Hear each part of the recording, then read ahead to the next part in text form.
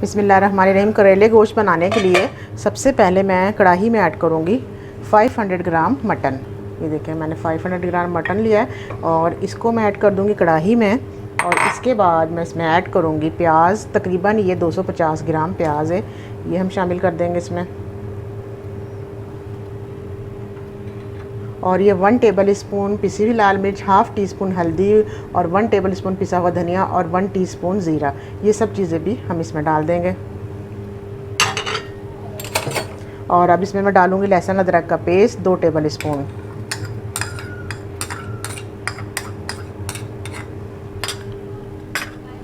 और अब मैं इसमें इतना पानी डालूँगी कि गोश्त अच्छा सा गल जाए। नमक नहीं मैंने अभी डाला। अब इसमें मैं पानी डाल दूँगी। बिस्मिल्लाहिर्रहमानिर्रहीम। इसमें इतना पानी डालूँगी कि ये गोश्त गल जाए अच्छी तरह से। तकरीबन गोश्त को गलने में 35 से 40 मिनट लग जाएंगे, क्योंकि मैं प्रेशर में नहीं बना रही। अगर आप प्रेशर में बनाएंगे तो ये 10 मिनट में ही गोश्त गल जाएगा। इस तरह से मैं इसको रख दूँगी और फ्लेम ऑन कर दूँगी और इसे कवर करके गोश्त के गलने तक पकाऊँगी। करेले लिए मैंने 1 किलो। ये देखें, इस तरह से मैंने बड़े बड़े पीसीज में कट किया है और मैंने रफ़ सा छिलका भी इसका उतारा है। अगर आप छिलका ना उतारना चाहें तो ना भी उतारें, लेकिन मैंने हल्का सा छिलका उतारा है क्योंकि छिलके में कड़वाहट बहुत ज़्यादा होती है। और मैं इसे नमक लगा के रख दूँगी तकरीबन आधे घंटे के लिए। नमक लगा के रख दूँगी आधे घंटे के लिए। और इसे फिर मैं अच्छी तरह से वॉश कर लूँगी और अच्छी तरह से निचोड़ लूँगी और फिर हम इसे फ्राई करेंगे।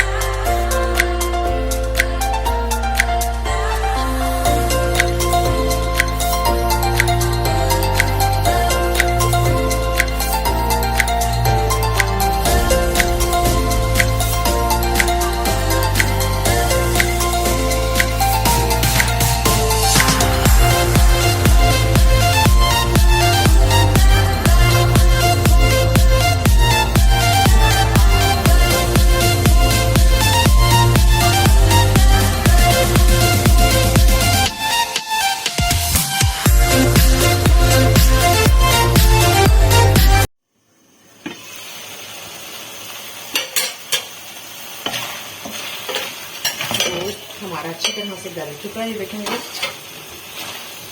और अब मैं इसमें टमाटर शामिल करूँगी। बड़ा ही ज़बरदस्त है ये हमारा, ये देखें गोश्त गल गया, ये देखें बड़ा ही शानदार सा। और अब मैं इसमें टमाटर डाल दूँगी और टमाटरों के साथ भी हम पकाएंगे इसको। और टमाटरों को ज़्यादा सॉफ्ट नहीं करना, हल्के से खड़े खड़े ही रहेंगे।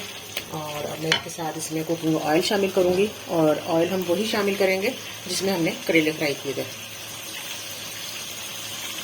बस इतना काफ़ी अंदाजे से तकरीबन हाफ कप के बराबर ये मैंने इसमें ऑयल डाल दिया।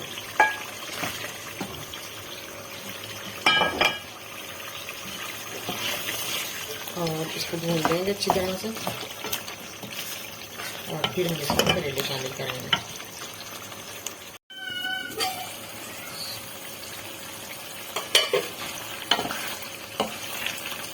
टमाटर हमारे बहुत अच्छे से सॉफ्ट भी हो गए, ये देखें बड़े ज़बरदस्त से। और अब मैं इसके साथ ही गोश्त भी हमारा बड़ा अच्छा से देखें गल गया है। और अब मैं इसमें करेले शामिल कर दूँगी।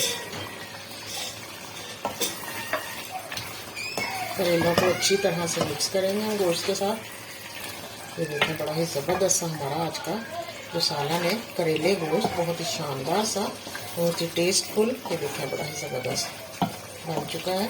बस अब मैं इसे रखूँगी दम पे तकरीबन 10 मिनट के लिए।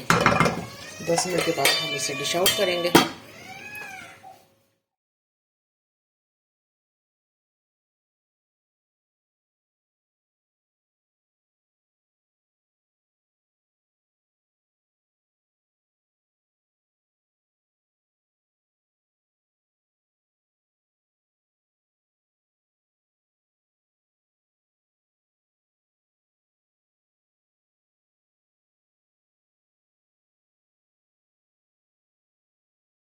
आज की हमारी बहुत ही मज़ेदार सी रेसिपी करेले गोश्त बिल्कुल तैयार है व्यूअर्स। ये देखें कितना ज़बरदस्त लग रहा है, जिस तरह की इसकी लुक लग रही है और इसका टेस्ट भी बहुत ही शानदार है। आप भी इस रेसिपी से ज़रूर बनाइएगा, बहुत मज़े की बनती है। और जैसे कि आपको पता है करेले बहुत ही फ़ायदेमंद है, खुसूसन शुगर पेशेंट के लिए तो बहुत ही फ़ायदेमंद होते हैं करेले। तो आप सब भी खाएँ और इस मौसम में इंजॉय करें, गर्मियों को इंजॉय करें। और मुझे नेक्स्ट वीडियो तक के लिए इजाज़त दीजिए। इंशाल्लाह फिर आऊँगी मैं बहुत शानदार रेसिपी लेके।